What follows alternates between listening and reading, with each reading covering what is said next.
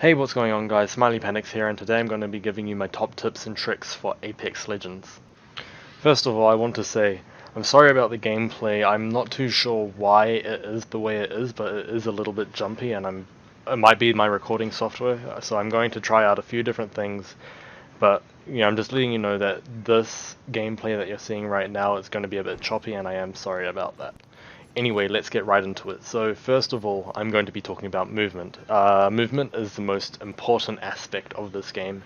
There is a lot of different things that they have done in the game so that you're able to get out of situations or move around the map much faster and more efficiently than in most Battle Royale games. First of all, I won't stress this enough, but sliding is a very important mechanic. It allows you to get out of gunfights quickly, and a lot of people don't know this, but when you're sliding, you can actually still look around and you can shoot your weapons, you can heal yourself, and do all that kind of stuff while you're sliding. And the momentum will always make you just go down the hill. So holding forwards, doing anything like that, will not change the direction that you're sliding down a hill. It will always just take you with the momentum of the hill. So when you're sliding, you can still look around, make sure that you look around and you look at your surroundings and what's happening around you, and you're able to shoot. So if an enemy is looking at you and firing at you, you can be shooting back at them while you're sliding away from the engagement. Uh, the next, also with sliding, sorry, you can actually slide faster if your weapon is holstered, but I'll get more into holstering your weapon a bit later within the movement, but I'm just going to say that now with sliding, if you holster your weapon, you do slide faster. Secondly, in movement, I want to talk about climbing.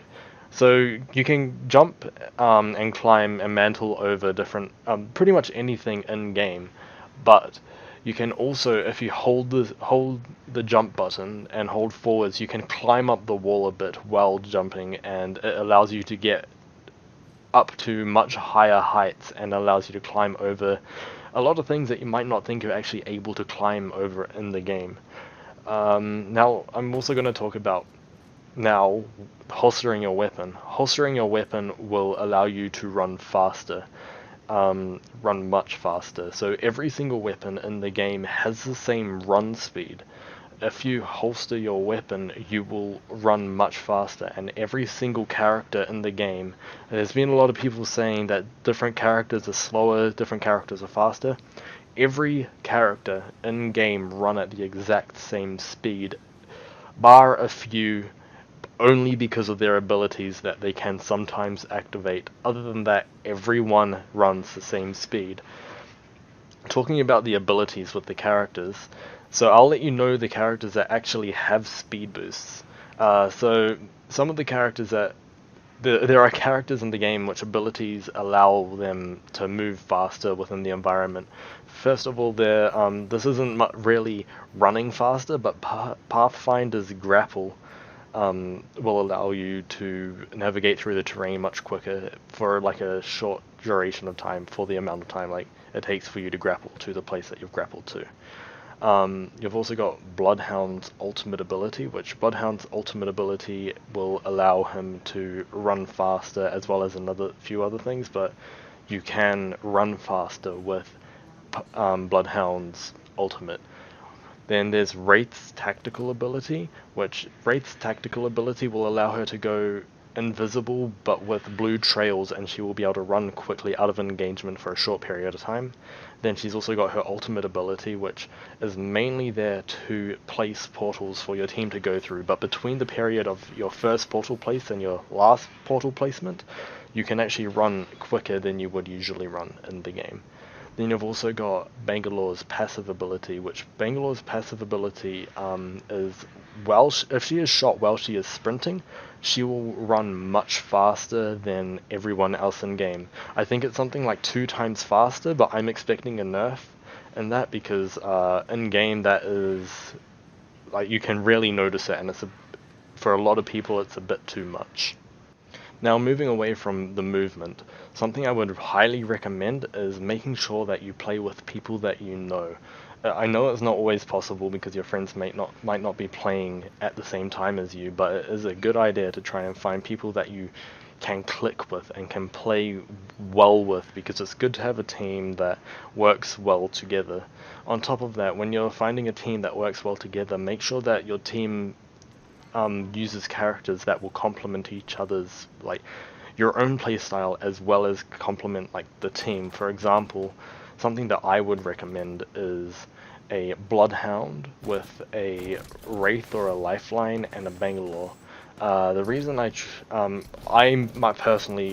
main Bloodhound, and it's very good to play with a Bangalore because Bangalore has a smoke that she can let out, and Bloodhound's ultimate allows for him to actually be able to see through the smoke with and see a red outline around the enemies. So Bloodhound can be seen through the smoke, whereas the enemies cannot see you. Then Wraith.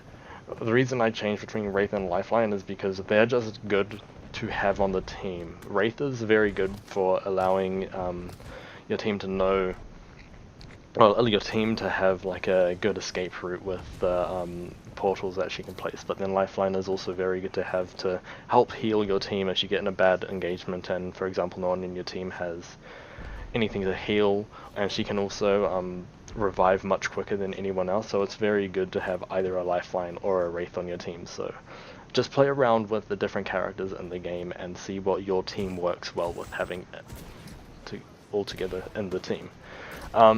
Also learn like what your strengths and weaknesses are within the team, and make sure that like your team plays accordingly to your strengths and weaknesses. For example, if someone in your team is very good at avoiding damage or doesn't push as much as into firefights and all that, maybe allow the other people on the team to get the higher tier armor before that person, because it will allow the other players that are maybe more aggressive and losing more health more often to be able to take more damage, whereas the other person might have the higher tier armor but they won't be taking the damage, so the armor won't be put in as much use. Also, another tip is to never go far away from your team. Like, make sure that your team is always in the same general area, and if you're going together into a firefight, make sure your team is sticking together. It allows your team to put out more damage, and for you to there's a reference to tanking, which is where you can have one of your teammates go out into a firefight, for example, and start firing. Once they've taken a lot of damage, they can go out, start healing, while someone else will go into the firefight. So you can play around with things like that and just see what works well with your team, but it allows your team all together to take more damage and put out more damage. And it's what a lot of the other teams in the game will be doing, so it is something that I recommend you also trying to do.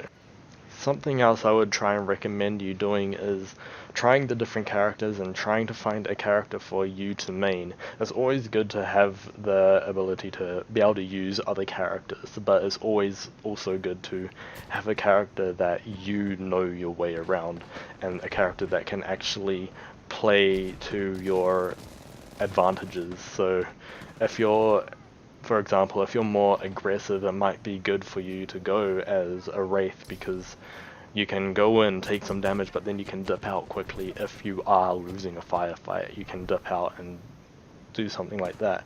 Or just play around with the different characters and see what you're comfortable with. Myself, as I said before, I main Bloodhound, and the reason I main Bloodhound is because I like to play for my team, and Bloodhound is a very good, in my opinion, to play for the team, because his passive, when you run into a area, you can actually see if an enemy has been there recently or not. I think there's a timer on the markings around the place up to a minute, but you can see footsteps, blood, I think, like bullets. You can see if a door's been opened, you can see if the mantle, things like that, and it allows you to see maybe there might, and let your team know maybe there might be an enemy around, something like that. And then they've got their tactical, which is, it will allow them to put out a pulse away from their body, which can highlight enemies for a short period of time through walls, which can be extremely helpful, especially at endgame if you're in a small circle. Just say a team is hiding behind the rocks, and you want to be able to push around and shoot at them, knowing they're healing or something like that, but you don't know exactly where, so you don't want to startle them before you start hitting them. So you can put out this pulse, which allows you and your teammates to see where they are through the walls for a short period of time, and you can go around and fight them in an engagement that way. And then also with Bloodhound's ultimate, it works very well, as I said, with Bangalore's smoke, which can be very helpful in a lot of engagements, especially when your team is starting to take a lot of damage. So you want to put a smoke up so that the enemies can't see you, and it also helps with Bangalore also helps a lot with being able to revive teammates by putting down a smoke so that you can't be seen. So those are some things that you should take into consideration when also choosing who you should main. There are a lot of characters, well, not a lot, there's a few characters, and they're all got very unique in their abilities, so you just try find where you sit within how all the characters work.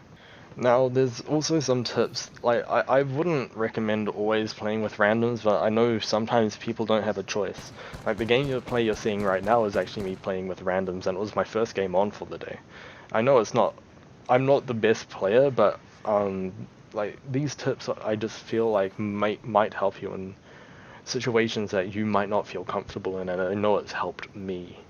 So the tips to play with random players is, let yourself come first. So don't loot in the same building as who you're playing with if you're playing as strangers, because they might end up stealing the things that you know, or your friends might also know, like you're good with this, but the strangers that you might be playing with will not know that, so they will be gathering for themselves. So go to another building and get your own loadout, what you're comfortable with, without having things stolen from you while you're trying to sort out what you want to do.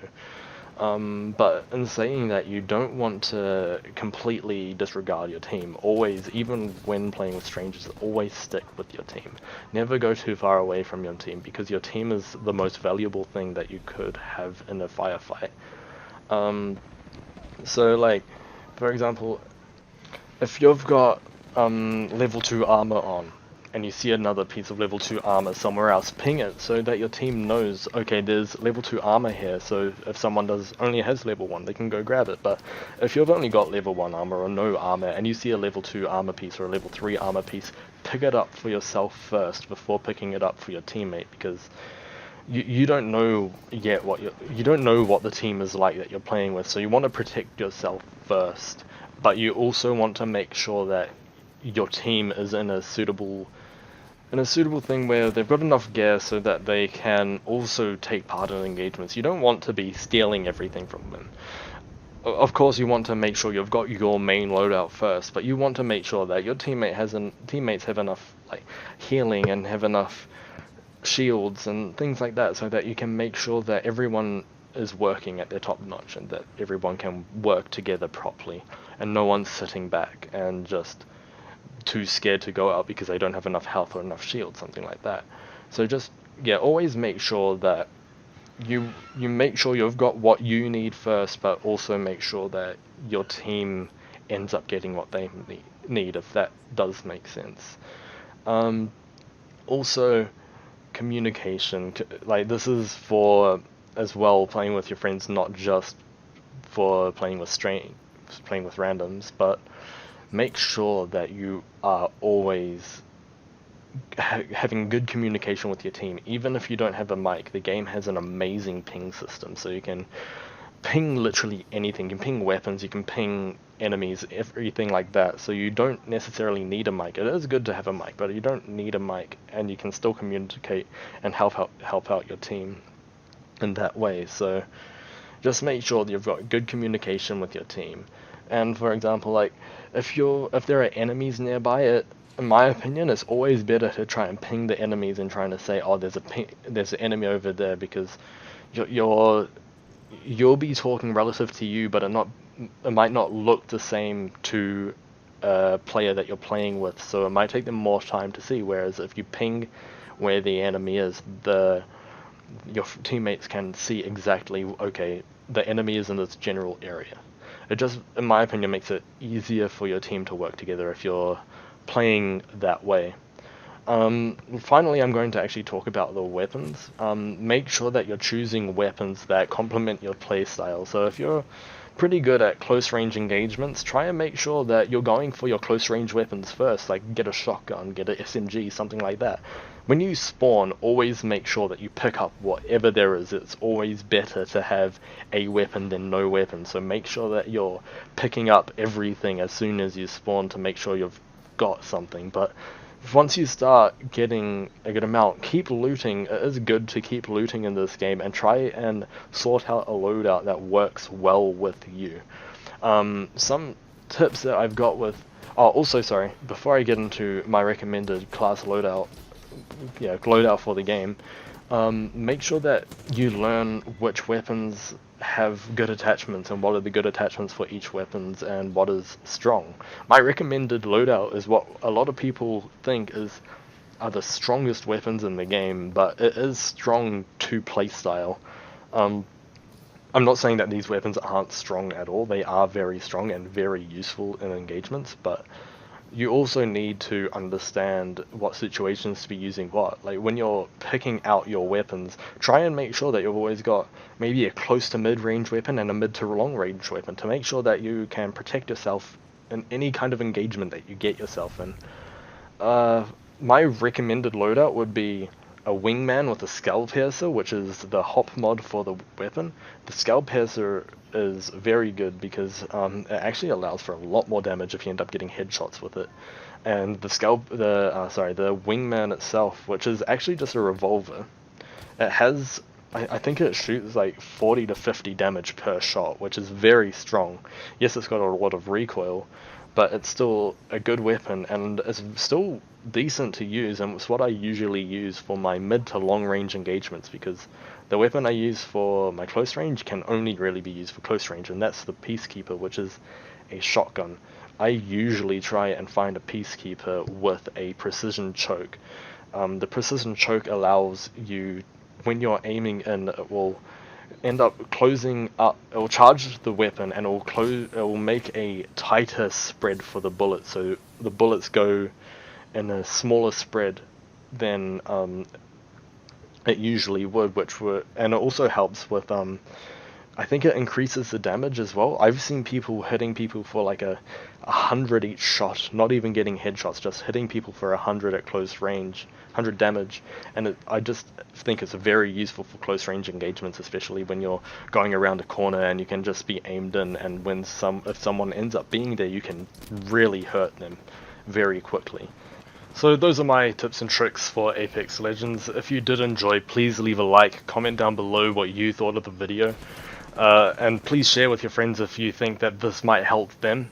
Subscribe if you're new and you did enjoy and you want to see more content like this. I would like to actually upload more Apex Legends. I'm really enjoying this game and I'm finding it a lot of fun, so yeah, anyway, have a good day guys, and later.